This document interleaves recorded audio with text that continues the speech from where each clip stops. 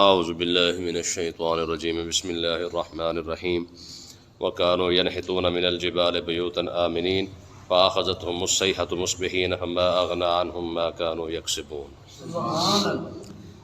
اصحاب حجر یعنی حضرت سیدنا صالح علیہ السلام کی قوم، حضرت اپنا قوم سمود، ان کا ذکر یہاں پہ ہو رہا ہے۔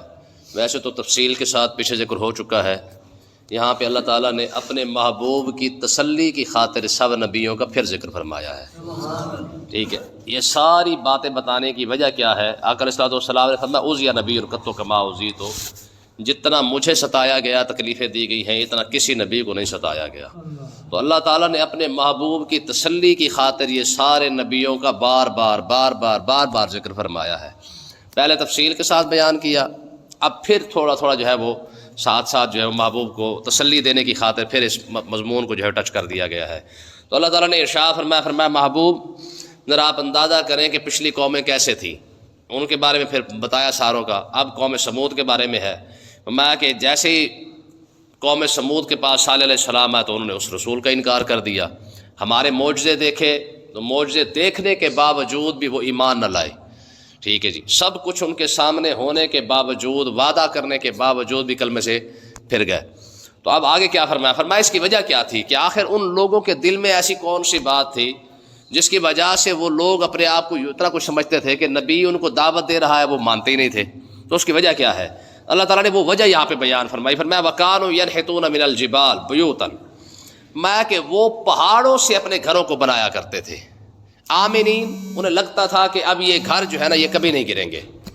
ٹھیک ہے، یہ اصل چیز تھی جن لوگوں کو ایمان لانے سے قوم سمود جو تھی نا، کہ مطلب ایمان نہیں لا رہی تھی، ان کو لگتا تھا کہ ہمارے پاس پیسہ بڑا ہے، ہمارے پاس گھر ہی بڑے بڑے ہیں، عالی شان ہمارے پاس گھر ہے۔ وَكَانُوا يَنْحِتُونَ مِنَ الْجِبَالِ، وہ پہاڑوں کو تراش کر گھر بنایا کرتے تھے، کیونکہ ان کو لگتا تھا کہ باقی اگر عام زمین پہ گھر بناتے ہیں وہ تو گر سکتا ہے، اگر پہاڑوں کو کھود کر گھر بنایا گیا تو ایسے گھر کبھی گر نہیں سکتے ہیں۔ جب گھر ہی نہیں گر سکتے، یعنی ہم اتنے مضبوط اور پاورفل لوگ ہیں، تو ہمیں کسی کلمہ پڑھنے کی کیا ضرورت ہے؟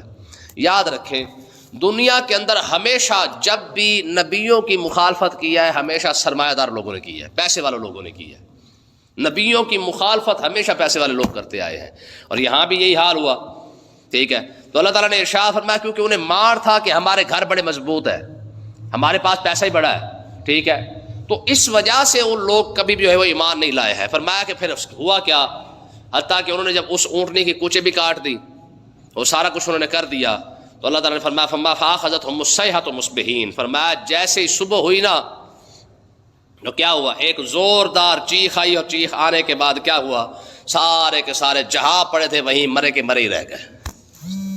ٹھیک ہے جی، لوط علیہ السلام، اپنا سمود علیہ السلام نے، حضرت صالح علیہ السلام نے قوم سمود کو کہہ دیا تھا، جب انہوں نے وہ اونٹنی کی کوچے کاٹی نا، تو آپ نے فرمایا تھا 3 دن ہے تمہارے پاس، جتنا کھانا پینا ہے عیاشی کرنی ہے کر لو، آج کے بعد 3 دن تمہارے پاس رہ گیا، تیسرے دن تم زندہ نہیں بچو گے، اللہ کا عذاب آ جائے گا۔ اچھا پھر بھی نہ مانے، حتیٰ کہ آپ نے ان کی نشانیاں تک بتا دی۔ فرمایا کہ پہلا دن آئے گا تمہارے چہرے جو ہے وہ زرد ہو جائیں گے، پھر دوسرا دن آئے گا سرخ ہو جائے گا، پھر تیسرا دن آئے گا تو تمہارے چہرے بالکل کالے سیاہ ہو جائیں گے۔ ٹھیک ہے جی، اور ویسے ہوا بھی صحیح، جیسے ہی پہلا دن آیا تو ان کا رنگ جو ہے وہ بدل گیا، چہرے سب کے جناب لال و لال۔ ٹھیک ہے جی، ایسے لگتا تھا جیسے کسی نے خون ہی مل دیا ہو ان کے منہ پر۔ ٹھیک ہے، تو انہوں کو پتہ چل گیا کہ یہ بات واقعی ٹھیک نکلی ہے۔ صالح علیہ السلام نے فرما دیا تھا کہ یہ نشانی ہے، 3 دن تک جو ہے وہ تمہارے ساتھ یہ ہوگا، تیسرے دن تم عذاب کے اندر جو مبتلا ہو جاؤ گے۔ تو پہلے دن کیا ہوا، ان کا چہرہ جو زرد ہوا، اپنا غالباً سرخ ہو گیا، یہ دوسرے دن پھر زرد ہو گیا، تیسرے دن کیا ہوا، بالکل سیاہ ہو گئے، حتیٰ کہ ان کو اپنا ہاتھ تک نظر نہیں آتا تھا، اتنی سیاہی ان کے منہ پر جو ہے وہ آ چکی تھی۔ تو اللہ تعالیٰ نے کیا ارشاد فرمایا فَأَخَذَتْهُمُ الصَّيْحَةُ مُصْبِحِينَ، فرمایا صبح جب زوردار چیخ نے آ کے ان کو پکڑا نا، تو فَمَا أَغْنَىٰ عَنْهُمْ مَا كَانُوا يَكْسِبُونَ، ان کی دولت اور ان کا پیسہ، ان کے گھر کسی کام نہیں آئے ان کے۔ ٹھیک ہے جی، ہاں جب قدرت پکڑتی ہے تو پھر کوئی چیز کام نہیں آتی ہے۔ ٹھیک ہے، چاہے جتنا مرضی آپ ترقی کر جائیں، نئی سے نئی ٹیکنالوجی استعمال کر لیں، لیکن کیا ہوگا، ماں جب قدرت کی پکڑ ہوتی ہے نا، فما اغنی عنہم، فرمایا کسی ایک چیز نے بھی انہیں بچایا نہیں ہے۔ پھر ما کانوا یکسبون، جو کچھ بھی انہوں نے کما کے رکھا تھا، ان کو لگتا تھا کہ ہمارے گھر بڑے کام کے ہیں۔ ٹھیک ہے جی، ہم نے تو کبھی نہ زلزلہ آئے، نہ کبھی خراب ہوں گے، نہ کبھی بارش کی وجہ سے انہوں نے کچھ ان کو ہونا ہے۔ ٹھیک ہے. فرمایا اغنا عنہم، فرمایا پھر جب رب کا وہ قدرت کا جو کوڑا پڑا ہے نا، فرمایا ما کانوا یکسبون، جو کچھ بھی وہ کما کے بیٹھے تھے، جو کچھ ان کے پاس تھا، جتنا کچھ ان کے پاس جناب نئی سے نئی ٹیکنالوجی تھی، ساری کی ساری دھری کی دھری رہ گئی، کوئی ایک شے بھی ان کے کام نہیں آئی ہے. اب دیکھیں اللہ تعالیٰ نے پھر اپنے محبوب کو تسلی کیسے دی. فرمایا ما خلقنا السماوات والارض وما بینہما الا بالحق. اے محبوب، ہم نے آسمان اور زمین کے درمیان جو کچھ بھی بنایا ہے سارا کا سارا حق اور سچ کے ساتھ بنایا ہے.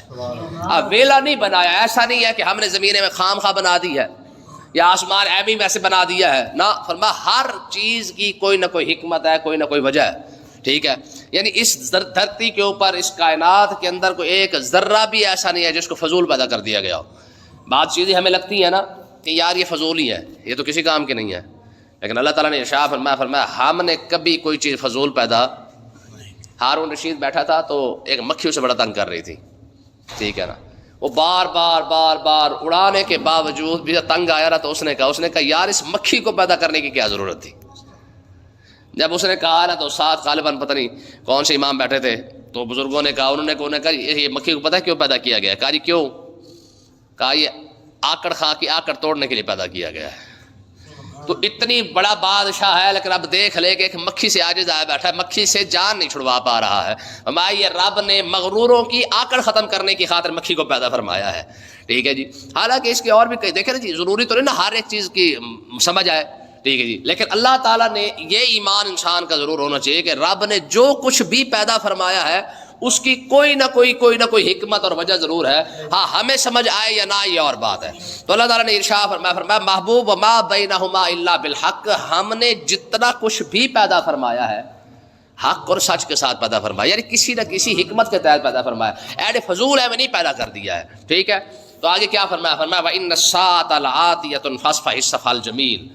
اے محبوب ان قریب قیامت آنے والی ہے.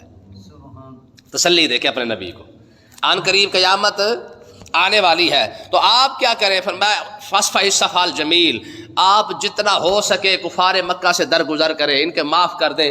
ٹھیک ہے جی. ہاں حساب کی بات ہے، فرمایا قیامت کا دن ان قریب آنے والا ہے.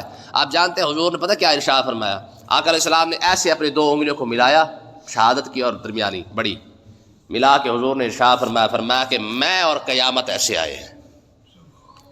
یہ سرکار کا فرمان ہے. کیا فرمایا کہ میں اور قیامت ایسے آئے ہیں. مطلب کیا ہے کہ جیسے ان دو انگلیوں کے درمیان فاصلہ نہیں نا، ایسے ہی میرے اور قیامت کے درمیان کوئی فاصلہ نہیں ہے.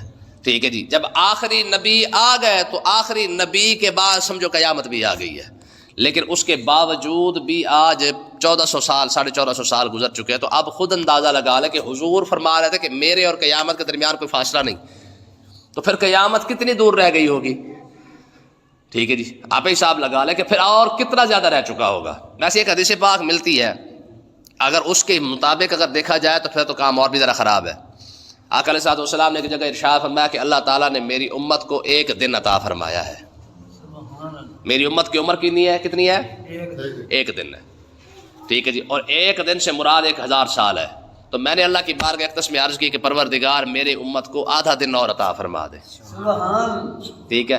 ایک تو نے اپنی کرم سے عطا فرما دی ہے نا ایک دن کی، تو کیا کر آدھا دن اور عطا فرما دے. اب یہ بات اس دونوں چیزوں کو ملائے تو ایک دن کی عمر اگر 1000 سال ہے تو آدھا دن کتنا بنا؟ 500 سال. اور اس وقت چل رہا ہے غالباً 1442-43 چل رہا ہے.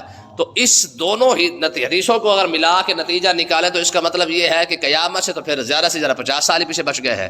اور جو حالات بن چکے ہیں اگر آپ ان حالاتوں پر غور کر کے دیکھیں نا، جائزہ اگر بندہ کوئی بھی بندہ اگر سنجیدگی کے ساتھ گہرائی کے ساتھ مطالعہ کر کے دیکھے گا تو آپ کو قیامت دور نظر نہیں آئے گی. کتنی نشانیاں ہیں جو پوری ہو چکی ہیں. ہر چھوٹی نشانی جتنی بھی تھی وہ ساری کی ساری پوری ہو چکی ہیں، اور ساری کی ساری ہماری آنکھوں کے سامنے ہے. شراب کا عام ہونا، زنا کا عام ہونا، قتل کا عام ہونا، بڑی بڑی بلڈنگوں کا بن جانا، بڑی بڑی مساجد کا بن جانا اور مساجد بنا کر فخر کرنا. ٹھیک ہے جی. رشتوں کا تقدس کا ختم ہو جانا. ٹھیک ہے جی. ماں بہن بیٹی اور یہ سارے رشتوں کا معاملات سارے ختم ہو جانا. یہ سب کچھ کیا ہے؟ اور ساری باتیں چھوڑے آپ، بڑے بڑے ٹاوروں کا بن جانا یہ قیامت کی نشانی ہے. حضور علیہ السلام نے خود ارشاد فرما دیا تھا، آپ اندازہ کریں. ٹھیک ہے جی. اب کوئی ایک شاید کوئی شہر ہو جس کے اندر بڑے بڑے ٹاور نہ ہو یا بڑے بڑی بلڈنگیں نہ ہوں، ٹھیک ہے جی، آقا علیہ السلام نے ارشاد فرمایا کہ تم بڑی بڑی بلڈنگیں بناؤ گے لیکن بنانے کا مقصد کوئی اور نہیں ہوگا، بنانے کا مقصد یہ ہو کہ فخر ہوگا، کہ تاکہ ان کو پتہ چل جائے کہ ہم نے بنائی ہے۔ آج دیکھ لیں پوری دنیا کے اندر بڑی سے بڑی بلڈنگ بنانے کی جو ہے وہ دوڑ چل رہی ہے، ٹھیک ہے جی، دبئی بنا رہا ہے تو ساتھ سعودی عرب کھڑا ہو جاتا ہے، وہ بناتا ہے تو ساتھ امریکہ کھڑا ہو جاتا ہے، وہ بناتا ہے تو جاپان کھڑا ہو جاتا ہے، ٹھیک ہے۔ تو کہنے کا مقصد یہ کہ یہ ساری چیزیں ملا ہے تو اتنی جتنی بھی چھوٹی باتیں تھیں، نشانیاں تھیں، وہ ساری کی ساری اس وقت پوری ہو چکی ہے۔ شراب عام ہے، آقا علیہ السلام نے ارشاد فرمایا سود تو اتنا عام ہو جائے گا کہ اگر کسی شخص کے نے سود نہ بھی کھایا تو سود کی ہوا یا سود کا غبار اس کے گھر تک ضرور پہنچ جائے گا۔ آج دیکھ لیں بیمہ پالیسی کے نام پہ، فلانے شہر کے نام پہ، فلانے شہر کے نام پہ، کن کن چیزوں کے نام پہ ہم جو ہے سود کھا رہے ہیں۔ ہمارا تو پورا ملک ہی سود پر چل رہا ہے، ٹھیک ہے جی، کرتے ترقی ہے اور دشمنی اللہ اور اللہ کے رسول کے ساتھ ہے۔ فاحذنوا بحرب من اللہ ورسولہ، فرمایا اللہ اور اللہ کے رسول کے ساتھ دشمنی کرنے والا بھی کبھی ترقی کر پایا ہے، ٹھیک ہے۔ فرعون اور نمرود کو یہی مان تھا نا کہ ہمارے پاس مطلب ملک ہی بڑا ہے، ہمارے پاس جناب پیسہ ہی بڑا ہے، سرمایہ بڑا ہے، ملک ہی بڑا ترقی یافتہ ہے، تو نتیجہ کیا نکلا تھا، ٹھیک ہے۔ تو کہنے کا مقصد یہ کہ یہ قیامت کی جتنی نشانیاں ہیں اس وقت وہ ساری کی ساری پوری ہو چکی ہے، سوائے چند ایک کی جو بڑی بڑی نشانیاں بچ گئی ہیں، یعنی عیسیٰ علیہ السلام کا آنا، امام مہدی کا آنا، ٹھیک ہے جی، وہ جانور کا نکلنا، تو یہ سارا کچھ صرف بچ گیا، اس کے علاوہ باقی کوئی شے بھی نہیں بچی ہے۔ حتیٰ کہ اسرائیل کا بننا یہ قیامت کی نشانیوں میں سے ایک نشانی ہے، سمجھ آئی؟ اسرائیل کا بننا، یہ قرآن مجید کیا ہے؟ فرمایا ضربت علیہم الذلۃ اینما ثقفوا الا بحبل من اللہ وحبل من الناس۔ اللہ تعالیٰ نے ارشاد فرمایا کہ تم یہودیوں ساری زندگی تم ذلیل ہی ہوتے رہو گے۔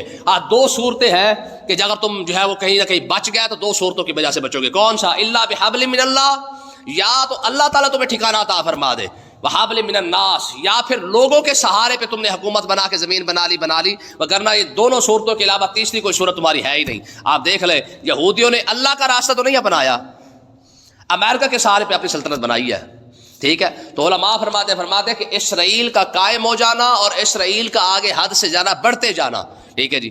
تو آقا علیہ السلام نے فرمایا یہ قیامت کی نشانیوں میں سے ایک نشانی ہے۔ اور اس کے بعد باب لد کا تیار ہونا، کتنی نشانی ہے۔ باب لد یعنی جہاں سے دجال نے نکلنا ہے وہ تیار ہو چکا ہے، وہ دروازہ بھی تیار ہو چکا ہے، وہ جگہ بھی موجود ہے، وہ تیار ہو چکا ہے، ٹھیک ہے۔ اس کے بعد ڈھیر ساری نشانیاں ہیں۔ غرقد درخت جو یہودیوں کا قومی درخت ہے، ٹھیک ہے، وہ جگہ جگہ زیادہ لگائے جا رہے ہیں۔ تو آقا علیہ السلام نے ارشاد فرمایا تھا کہ پوری دنیا کے اندر یہودیوں پر وہ وقت آئے گا کہ جب یہودیوں کو کوئی پناہ نہیں دے گا سوائے غرقد درخت کے۔ اب یہ وہ درخت ہے جو اسرائیل کا قومی درخت ہے، اور کیا کر رہے ہیں وہ جگہ جگہ پہ غرقد درخت لگا رہے ہیں، تاکہ کیونکہ ان کو ہمیں اتنا یقین نہیں نا ہمارے نبی کی زبان پہ، ان کو یقین ہے، ان کو پتہ یہ سب کچھ ہونے والا ہے۔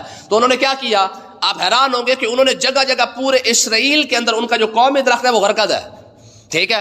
اور یہ درخت نا چوڑائی کے لحاظ سے جو ہے زیادہ موٹا ہوتا ہے اور لمبائی نہیں، اس کی لمبائی زیادہ نہیں ہوتی، یعنی تھوڑا درخت ہوتا ہے۔ آقا علیہ السلام نے ارشاد فرمایا کہ قرب قیامت یہودیوں کی سازشوں کی وجہ سے مسلمان جب تنگ آ جائے گا، مسلمانوں کے ساتھ جب جنگ ہوگی نا یہودیوں کی، فرمایا کہ وہ وقت بھی آئے گا کہ جب یہودی کسی پتھر کے پیچھے چھپے گا تو پتھر بھی بول پڑے گا۔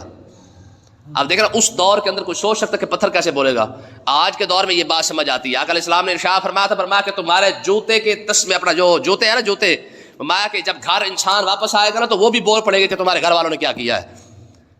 اب یہ بات تب سمجھ نہیں کسی کو آئی تھی، آج سمجھ آ رہی ہے۔ آپ مجھے بتائیں چھوٹے چھوٹے کیمرے ہیں جو ہر جگہ پہ موجود ہے، ریکارڈنگ ہر جگہ پہ ہو رہی ہے، آپ کے باتھ روم، آپ کے کمرے، آپ کے کچن، آپ کا جناب صحن، آپ کا ہر شے ہر جگہ پہ جو ہے موجود ہے، اور ایسے ایسے کیمرے کہ جو آپ کی تصور میں بھی نہیں آ سکتے، ساری ریکارڈنگ ہو رہی ہے۔ جب انسان باہر جاتا ہے جیسے اندر آتا ہے اور آ کر وہ ساری ریکارڈنگ کھولتا ہے تو سارا چٹا بٹا سارے اس کے سامنے آ جاتا ہے، کون آیا تھا کون گیا تھا۔ تو یہ جو بات آقا علیہ السلام نے 1400 سال پہلے فرمائی تھی نا کہ جناب کیا ہوگا کہ جوتے بھی انسان کے بول پڑیں گے، آج دیکھیں جوتوں میں کیمرہ لگا ہوا ہے، ٹھیک ہے، پینوں کے اندر کیمرہ لگا ہوا ہے، پتہ نہیں کہاں جو بھی آپ برتن اٹھا کے دیکھیں ہر برتن کے اندر کیمرہ نصب ہے۔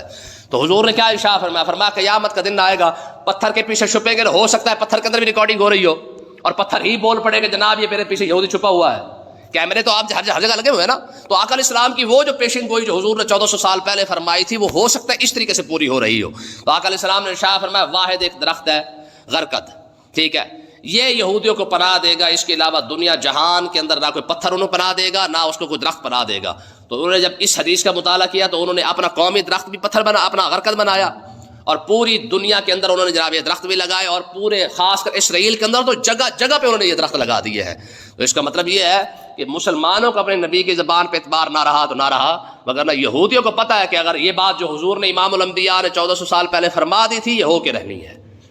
بات سمجھ آئی نا؟ تو اس طرح کی کافی ساری ڈھیر ساری نشانیاں موجود ہیں. تو اللہ تعالیٰ نے ارشاد فرمایا محبوب وَإِنَّ السَّاعَةَ لَآتِيَةٌ، عن قریب قیامت آ چکی ہے، فَاصْفَحِ الصَّفْحَ الْجَمِيلَ، آپ انہیں معاف فرما دیا کریں. پھر حضور علیہ السلام نے کیا کیا پتہ ہے؟ مکہ کے موقع پہ جب سارے کانپ رہے تھے نا کہ آج کیا بننا ہے، ٹھیک ہے جی، ایک ایک بندے کو اپنی تو نہ یاد آ رہی تھی نا، ظاہر جس نے جو کیا ہو وہ سامنے تو آ ہی جاتا نا کہ میں نے کیا کیا تھا اور میں نے کیا کیا تھا. جو رسا اپنا کپڑا کسنے والے تھے گردن کے مبارک کے اندر وہ بھی موجود تھے، کانٹے بچھانے والے بھی موجود تھے، قتل کے منصوبے بنانے والے موجود تھے، ہر ایک بندہ وہاں پہ موجود تھا. اور 10-12 ہزار صحابہ کرام کے جناب والا وہ حصار کے اندر کھڑا تھا. ان کو پتا تھا کہ بس ایک اشارے کی دیر ہے، ٹھیک ہے جی، ہونا کیا ہے، صرف ایک ایک تلوار چلنی ہے اور کسی ایک بندے کی گردن نہیں بچنی ہے. جب حضور نے نظر اٹھا کے دیکھے نا کہ فرمایا کہ اب سارے جناب والا مر کے کھڑے ہیں، ان کو پتا ہے کہ آپ نے جو کچھ کیا تھا ہمارے سامنے ہے. دیکھا نا جی، دشمن سامنے کھڑا تو اسے پتہ نہیں ہوتا کہ میں نے کیا کچھ کیا ہے، ہوتا کہ نہیں ہوتا. تو آقا علیہ السلام نے ارشاد فرمایا ہاں بھائی بتاؤ آج تمہارے ساتھ میں نے کیا کرنا ہے. ٹھیک ہے جی، اتنی بات جب حضور نے ارشاد فرمایا بتاؤ نا آج میں نے تمہارے ساتھ کیا کرنا ہے. اچھا ان کو پھر نا تھوڑی سی امید لگی، انہوں نے کہا یہ تھوڑی سی نا ڈھیلی بات ہے، اس کے اندر کچھ نہ کچھ لچک ہے. تو کہہ لو جی اخن کریم وابن اخی کریم، کہ جی آپ بھی کریم ہے، آپ تو کریم کے بیٹے ہیں، آپ تو سارا خاندانی کریموں کا ہے. حضور مسکرا پڑے، آپ نے فرمایا لا تثریب علیکم اليوم، فرمایا جاؤ آج تو میں نے تم سب کو معاف کر دیا ہے. تاریخ کے اندر آپ کو ایسا واقعہ نہیں ملے گا، ایسا فاتح نہیں ملے گا کہ جس نے جناب اعلیٰ 10 سال کے بعد، زیادہ عرصہ تو نہیں نا، 10 سال کا ہی عرصہ تھا نا، 10 سال کون سے دور ہوتا ہے، پتہ نہیں ہوتا کہ 10 سال پہلے انہوں نے مجھ سے میرے ساتھ کیا کیا تھا. اتنا بڑا فاتح جس کے ایک اشارے پہ جناب منٹ سے پہلے گردنیں سارے شہر کی اڑ سکتی تھی. تب آپ نے فرما رہے تھے فرمایا فَذَهَبُوا وَأَنْتُمُ الطُّلَقَاء، جاؤ میں نے تم سب کو آزاد کر دیا ہے، آج تم سے پوچھنے والا کوئی لا تثریب علیکم اليوم، آج تم سے کوئی بات نہیں کی جائے گی. ٹھیک ہے جی. تو حضور علیہ السلام کی یہ بات اللہ تعالیٰ نے ارشاد فرمایا محبوب فاصفح الصفحہ الجمیل، ان کو کیا کرے معاف فرما دے. تو آگے اللہ تعالیٰ نے کیا فرمایا ان ربک هو الخلاق العلیم، فرمایا محبوب تیرا رب بھی تو ہے جو پیدا کرنے والا بھی ہے جاننے والا بھی ہے. بندے میرے ہیں، ہو سکتا ہے یہ آپ جب کرم فرما دیں گے بخش دیں گے تو اللہ تعالیٰ ان کو ہدایت بھی عطا فرما دے گا. اور یہی بات ہوئی جب حضور علیہ السلام نے یہ ارشاد فرمایا نا، فرمایا جاؤ میں نے آج تم سب کو آزاد کر دیا ہے. اتنی بات کی تو ان کے تو امید بھی نہیں تھی کہ آج ہمارے ساتھ ایسا بھی برتاؤ ہوگا. ٹھیک ہے جی، وہی لوگ تھے جو کل اپنے انجام سے ڈر رہے تھے تھوڑی دیر پہلے، وہی لوگ تھے جو بعد میں کلمہ پڑھ کے کھڑے تھے کہ یار اتنے ظلم کے باوجود بھی آج ہمیں معاف کر رہا ہے تو پھر واقعی سچا نبی بھی ہے اور حق بھی بنتا ہے اس کا کلمہ پڑھا جائے. سبحان اللہ. دیکھو تھوڑی بات تو نہیں تھی نا. حضور نے ارشاد فرمایا جو اپنے گھر بڑھ گیا ہے جی، داخل ہو گیا، اس کو بھی ہم نے معاف کر دیا. جو کعبے میں آ گیا اس کو معاف کر دیا، جو حرم میں آ گیا اس کو معاف کر دیا، جو ابو سفیان کے گھر چلا گیا اس کو معاف کر دیا، جو فلانا کم کر لے فلانا کر لے فلانا کر لے فلانا کر لے، میں جو ایسے ایسے ایسے ایسے کر لے فرمایا ہم نے سب کو معاف کر دیا ہے. لیکن گستاخوں کو معافی نہیں دی ہے. 3-4 گستاخ ایسے تھے جن کے بارے میں حضور نے ارشاد فرمایا یہ کعبے کے اندر بھی چھپے ہو تو تب بھی ان کو قتل کر دے. ٹھیک ہے جی. ہاں تو اس کا مطلب یہ ہے کہ آقا علیہ السلام نے سب کو معافی عطا فرمائی ہے لیکن گستاخوں کو معافی نہیں عطا فرمائی ہے. اللہ پاک سمجھنے کی توفیق عطا فرمائے.